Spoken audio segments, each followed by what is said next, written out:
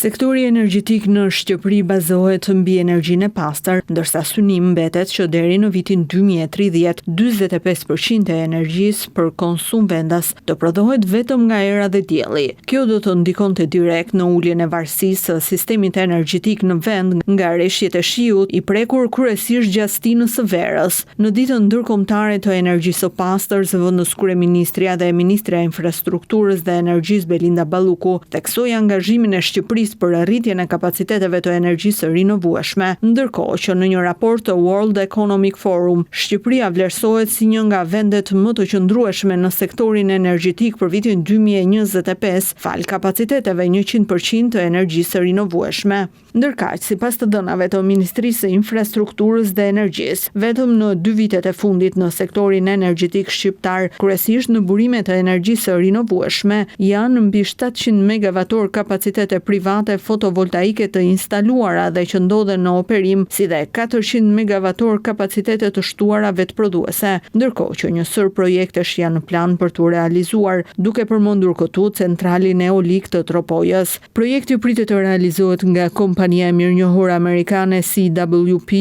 dhe do të ketë një kapacitet prodhues prej 600 megavator energji elektrike. Kjo pritet ta çojë kapacitetin e energjisë së rinovueshme në vend në gati 1500 megavator.